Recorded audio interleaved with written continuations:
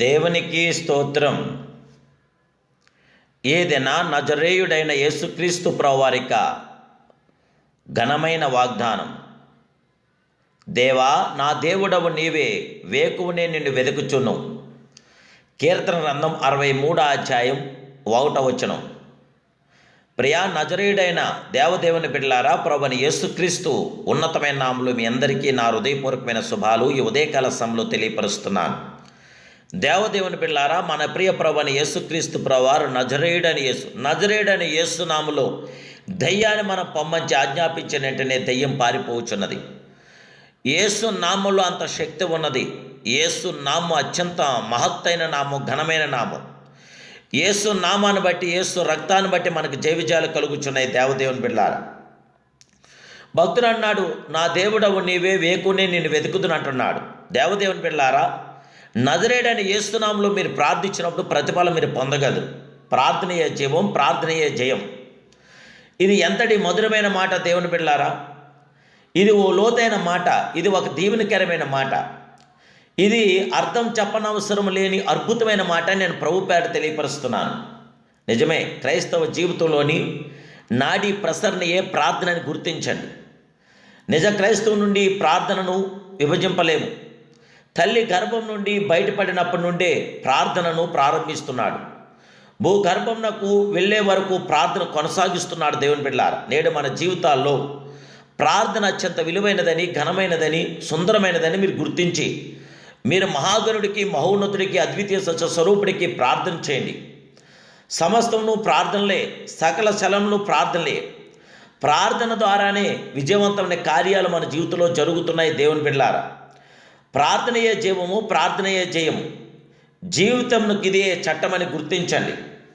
ప్రియులారా, కీర్తనాకారుడైన దావీదు అంటున్నాడు, ప్రార్థన ఆలకించేవాడా సర్వ శరీరంలో నీ యొద్దకు వచ్చేదంటూ పాడుతున్నాడు. ఇంత గొప్ప అతిశయ అగ్రస్థానం వహించున్నది ప్రార్థనయే. అర్ధరహితమగుట విషాదకరమే.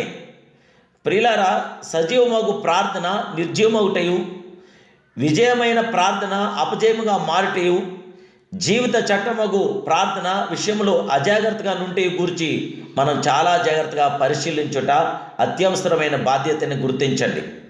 అందరూ ప్రార్థిస్తున్నారు, అన్ని ప్రాంతంలోనూ అన్ని సమయంలో ప్రార్థిస్తున్నారు. కానీ ఆ ప్రార్థన దేవుని సన్నిధికి వినబడుచున్నదా అను ప్రశ్నకు జవాబు లేదు. ప్రియులారా, కొందరి ప్రార్థనలు దైవ సన్నిధికి వెళ్ళటలేదు. కొందరి ప్రార్థనలు వారి ఇంటి కప్పు పైన కూడా దాటట్లేదు. క్షమించండి, ఎంతకంటే విచారకరమేమనగా మరికొందరు ప్రార్థనలు వారి నోటుండే వెలుపలికి వచ్చటలేదు. ఎంత ఘోరం దేవుని బిడ్డలారా. దేవదేవుడికి ఎలుగెత్తి ప్రార్థించండి. ఏడ్చి ప్రార్థించున్నారు కానీ ఎలాంటి ప్రత్యుత్తరం లభించడం లేదు. ఉపవాసముండి ప్రార్థిస్తున్నారు కానీ సమాధానం లభించుకున్నది. ఎందుకను కారణము ఇప్పుడు వాక్య వెలుగులోనికి మనం వద్దాం. పరిశీలించుటకు సిద్ధపడుతున్నాం. మన దేవుడు సమస్తము క్రమముగా జరిగించేవాడు. క్రమమునే దేవుడు మన యొద్ద కోరుచున్నాడు. క్రమము లేని ప్రార్థన దేవుడికి అవసరం లేదు. లోకమును సృష్టికర్తకు దేవుడు ఒకే దినమును సమస్త పరచక క్రమముగా నియమంతో 7 రోజులు సృజించాడు. మన ప్రభువు యేసు అరణ్యంలో 5 రొట్టెలు 2 చేపల ద్వారా 5,000 మందిని పోషణకు ముందుగా 100 మంది చొప్పున 50 మంది చొప్పున పంతులుగా కూర్చుండబెట్టి తర్వాత ఆయన అద్భుతం చేస్తున్న మహాప్రియ గణుడు. ప్రియులారా, ఎక్కడ క్రమం ఉండునో అక్కడ అద్భుతాలు జరుగును. అలాగే క్రమమైన ప్రార్థన ఎక్కడ నుండునో అక్కడ ప్రార్థనకు జవాబు దొరుకును. ప్రియులారా, ప్రార్థనకి జవాబు కావాలంటే క్రమశిక్షణ ఎంతో అవసరం. దేవుడు అన్నిటను క్రమము కోరు రీతిగా ప్రార్థనలోనూ ఒక లక్ష్యమును, క్రమశిక్షణను, నియమములను కోరుచున్న మహాప్రియ ప్రభు. క్రమము లేని ప్రార్థనకు దేవుడు చేవగ్గుడని యేసుక్రీస్తు లోకమందు జీవించినప్పుడు శిష్యులను చూసి మీరెలాగూ ప్రార్థించడి అని మొదలుపెట్టి ప్రార్థనా క్రమను ప్రాముఖ్యమైనదిగా తెలియపరిచాడు. దేవుని బిడ్డలారా, ప్రియమైన దేవదేవుని బిడ్డలారా, మనలో ఒక క్రమశిక్షణ కావాలి.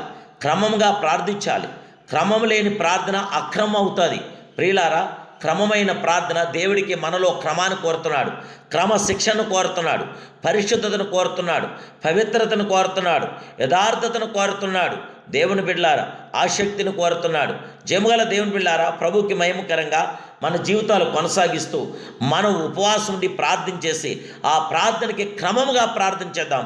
అట్టి క్రమమైన ప్రార్థనకి ప్రతిఫలం ఇవ్వటానికి ప్రభు సిద్ధంగా ఉన్నాడు కనుక ఇప్పుడే ప్రభుకి ప్రార్థన చేద్దాం. మహాపరిశుద్ధుడైన పరమ తండ్రి, మా దేవా యెహోవా నీకు స్తోత్రాలు. నీ కుమారుడు యేసు నామములో, నజరేయుడైన యేసు నామములో సర్వోన్నత మీ కార్యం జరిగించండి. సమర్థమైన శక్తివంత ఉన్నతమైన ప్రతి మీ ఆత్మకార్యము బట్టి జరిగించి మీ బిడ్డలైన మమ్మల్ని అందరినీ బలపరచండి. బిడ్డల జీవితంలో ఆశ్చర్యకరమైన అద్భుతమైన మేలైన ఘనమైన కార్యాలు జరిగించండి. సుందరుడా, పరిశుద్ధుడా, పరిశుద్ధాత్ముడా, ఇమ్మానుయేలుకర్త, ఇశ్రాయేలు కాపరి, ఒక్కరిని దాటిపోతున్న ఈ మూర్తి అందరి మీద నీ నీతి వర్షాన్ని కుమరించండి. అందరినీ ఆదరించండి. అందరినీ మీరు బలపరచండి. దేవానికి స్తోత్రం. నీ కొరకు బహుబలమైన సాధనలుగా బిడ్డలు కట్టమని యేసునామములో ప్రార్థిస్తున్నాను పరమ తండ్రి. Amen, amen, amen. May God bless you.